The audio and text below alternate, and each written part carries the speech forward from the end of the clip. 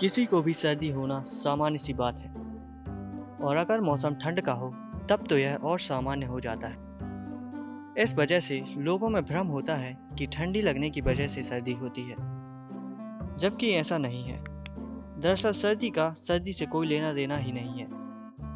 मेरा मतलब ठंडी लगने का और सर्दी होने का आपस में कोई संबंध नहीं है, क्योंकि सर्दी असल में वायरस का संक्रमण है। यानी सर्दी वायरस की वजह से होती है और चूंकि वायरस पर मौसम का कोई खास असर नहीं होता, इसलिए सर्दी और ठंडी का आपस में कोई संबंध नहीं है।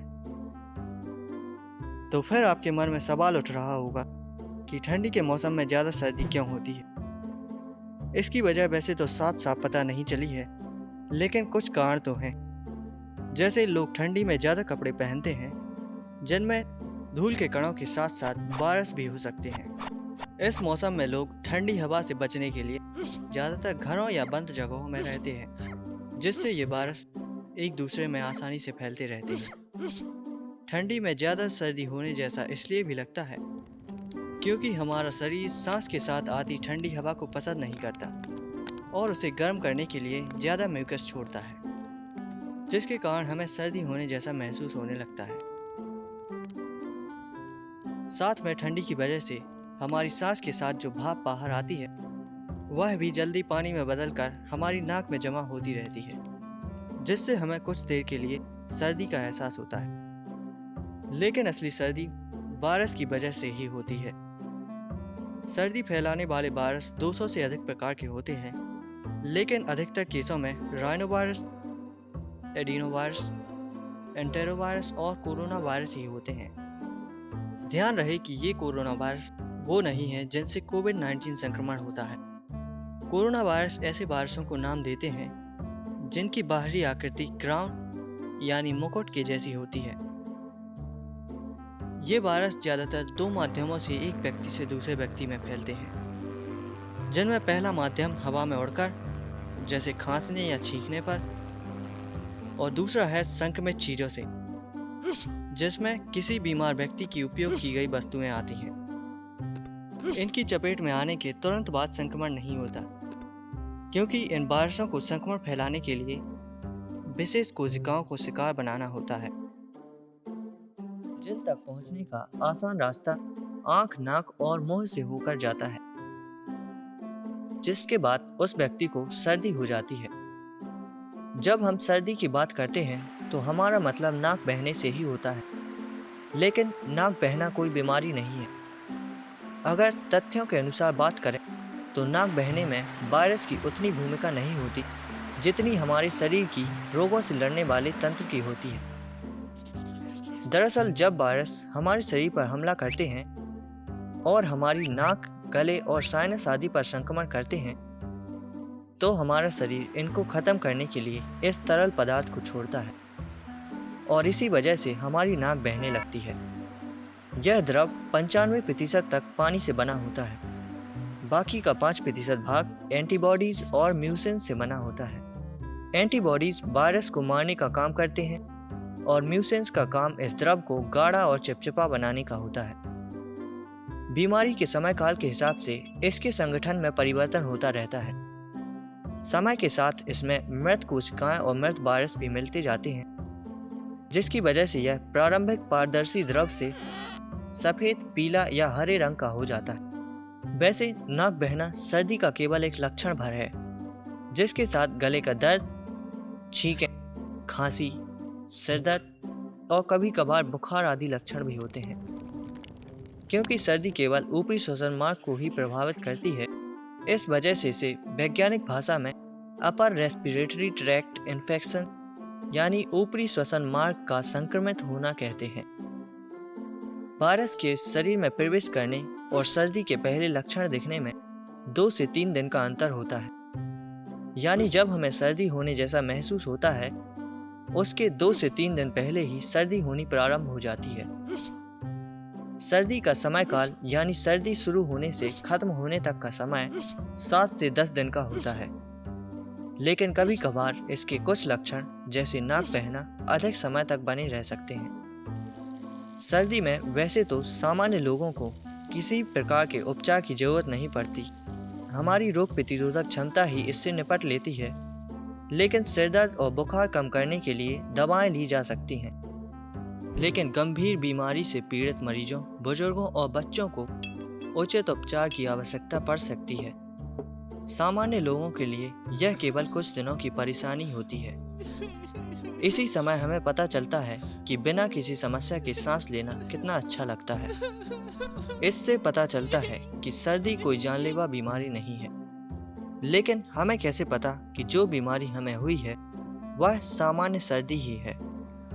ऐसा इसलिए क्योंकि नाक बहने का लक्षण केवल सर्दी का नहीं होता है। बहुत सी ऐसी बीमारियां हैं जिनके लक्षण सर्दी से मिलते जुलते होते हैं, लेकिन इनकी गंभीरता सर्दी से कई गुना अधिक होती है और कुछ तो जानलेवा भी होती हैं। सर्दी फैलाने वाले वायरस केवल ऊपरी श्वसन मार्ग तक ही संक्रमण फैला पाते हैं, जिसकी वजह से इनकी गंभीरता कम हो जाती है। लेकिन कुछ वायरस निचले श्वसन मार्ग को भी संक्रमित करते हैं, जहां फेफड़े जैसे अति संवेदनशील अंग होते हैं, जिसकी वजह से ये वायरस खतरनाक हो जाते हैं।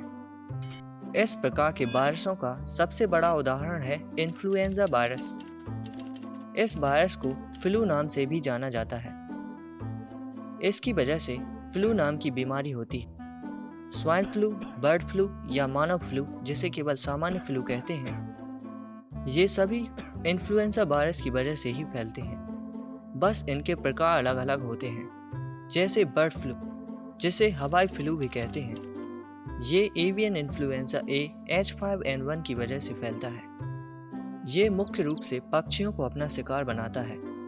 हर साल लाखों पक्षियों की मृत्यु इस वायरस की वजह से हो जाती है, जिसका सबसे ज्यादा नुकसान मुर्गी पालकों को होता है, क्योंकि किसी एक की भी मृत्यु होने या केवल लक्षण दिखने पर उसके संपर्क में आए सभी मुर्गों को मार दिया जाता है। ऐसा इसलिए क्योंकि यह वायरस बहुत तेजी से फैलता है। कभी कभार तो यह मनुष्यों में भी फैल जाता है, लेकिन मनुष्यों में इसकी गंभीरता उतनी नहीं होती जितनी पक्षियों में होती है। स्वाइन फ्लू भी इन्फ्लुएंजा ए वायरस के अलग अलग प्रकारों से फैलता है। इसके नाम स्वाइन से ही स्पष्ट होता है कि इसका मुख्य शिकार सूअर होते हैं, लेकिन ये वायरस इंसानों में भी फैल सकते हैं। 2009 की स्वाइन फ्लू महामारी H1N1 इन्फ्लुएंजा वायरस की वजह से ही फैली थी, जो लगभग 1.5 साल चली और 140 करोड़ लोग इससे संक्रमित हुए। WHO के अनुसार 18,449 लोगों की इसके कारण मृत्यु हुई, लेकिन अन्य स्रोतों ने यह संख्या 2,84,000 तक बताई। ह्यूमन फ्लू, जिसे केवल फ्लू कहते हैं, यह भी इन्फ्लुएंजा वायरस के दूसरे प्रकार से फैलता है। इसे सीजनल फ्लू यानी मौसमी फ्लू और मौसमी महामारी भी कहते हैं, क्योंकि इसका प्रभाव हर साल ठंडी के मौसम में देखने को मिलता है। इससे बचने के लिए लोगों को हर साल वैक्सीन लगवानी पड़ती है। हर साल से मेरा मतलब है हर साल, क्योंकि इसका वायरस बहुत तेजी से बदलता है। लगभग हर साल नया वायरस इस बीमारी को फैलाता है, जिसकी वजह से 1 साल पुरानी वैक्सीन भी इस पर काम नहीं करती और हर साल इससे निपटने के लिए एक नई वैक्सीन बनानी पड़ती है। फ्लू के लक्षण भी सर्दी के तरह ही होते हैं, जिसमें नाक बहना, खांसी, गला दर्द, सिर दर्द और बुखार भी आते हैं। लेकिन इसमें नाक बहने की संभावना काफ़ी कम होती है। जैसे सर्दी में नाक हमेशा बहती है, लेकिन खांसी कभी कभार ही होती है। फ्लू में ठीक इसका उल्टा होता है। इसमें कभी कभार ही नाक बहती है, लेकिन खांसी लगभग हर बार होती है। फ्लू खतरनाक इसलिए भी होता है क्योंकि फ्लू की चपेट में आने वाले हर तीसरे या चौथे व्यक्ति में इसके लक्षण नहीं दिखाई देते। मतलब उसे ये बीमारी होती तो है, लेकिन उसे इसका पता नहीं चलता और वे इसे फैलाते रहते हैं। लेकिन सामान्यतः जिसे भी फ्लू होता है उसमें इसके लक्षण बड़ी तेजी से दिखाई देते हैं। 1 से 2 दिन के शुरुआती लक्षणों के बाद उसमें बहुत तेजी से तापमान बढ़ने, बुखार होने और ठंडी लगने जैसे लक्षण उभर आते हैं। स्वस्थ व्यक्ति बिना किसी उपचार के 5 से 7 दिन में ठीक भी हो जाते हैं। लेकिन क्योंकि इसका वायरस निचले श्वसन मार्ग में भी संक्रमण फैलाता है, इसलिए कमजोर प्रतिरोधक क्षमता वाले लोगों में ये संक्रमण फेफड़ों तक भी फैल सकता है। जो फ्लू के सबसे गंभीर प्रभाव को जन्म दे सकता है, जो है न्यूमोनिया। फ्लू के खतरनाक होने का सबसे बड़ा कारण भी यही है। अधिकतर केसों में इसके होने का मुख्य कारण वायरस नहीं बैक्टीरिया होता है। स्ट्रेप्टोकोकस न्यूमोनाई इसका सबसे बड़ा उदाहरण है। न्यूमोनिया वायरस, फफूंद और परजीवी की वजह से भी हो सकता है। फ्लू न्यूमोनिया होने में इसलिए भी उत्तरदायी होता है क्योंकि सामान्य परिस्थितियों में हमारी रोग प्रतिरोधक क्षमता फेफड़ों तक बैक्टीरिया या वायरस आदि को पहुंचने नहीं देती। लेकिन जब फ्लू के वायरस हमला करते हैं तो वे बड़ी तेजी से कोशिकाओं को संक्रमित करते हैं, जिससे हमारी ज्यादातर रोग प्रतिरोधक क्षमता इनसे निपटने में लग जाती है। इस बीच में अन्य बैक्टीरिया इसका फायदा उठाकर फेफड़ों तक पहुंच जाते हैं। इसकी संभावना सामान्य लोगों में तो बहुत कम होती है, लेकिन कमजोर रोग प्रतिरोधक क्षमता वालों में यह बड़ी आसानी से संभव हो जाता है। जब ये बैक्टीरिया फेफड़ों में उपस्थित एयर सैक यानी वायु प्रकोष्ठों को नुकसान पहुंचाने लगते हैं, तब रोग प्रतिरोधक क्षमता उनसे निपटने के लिए एक सफेद रंग का द्रव छोड़ती है, जिसमें श्वेत रक्त कणिकाएं, प्लेटलेट्स जैसे रोग प्रतिरोधक शस्त्र होते हैं। यह द्रव उन बैक्टीरिया और वायरसों को तो मार देता है, लेकिन साथ में यह उन रिक्त स्थानों यानी वायु प्रकोष्ठों में भी भर जाता है, जिनका काम सांस में ली गई ऑक्सीजन को सोखकर खून में पहुंचाने का होता है। इस वजह से वे काम करना बंद करने लगते हैं और शरीर में ऑक्सीजन की कमी होने लगती है। पीड़ित को सांस लेने में बहुत दर्द होने लगता है और खांसी के साथ यह द्रव भी बाहर आने लगता है। यह स्थिति बहुत गंभीर होती है और मरीज को ऑक्सीजन सपोर्ट में रखना पड़ता है। 5 साल से कम आयु के बच्चों की मृत्यु का सबसे बड़ा कारण न्यूमोनिया ही होता है। पूरी दुनिया में 5 साल से कम आयु का हर 7वां बच्चा इसके कारण ही दम तोड़ देता है। इतनी ही गंभीर स्थिति 65 वर्ष से अधिक आयु के लोगों में भी होती है।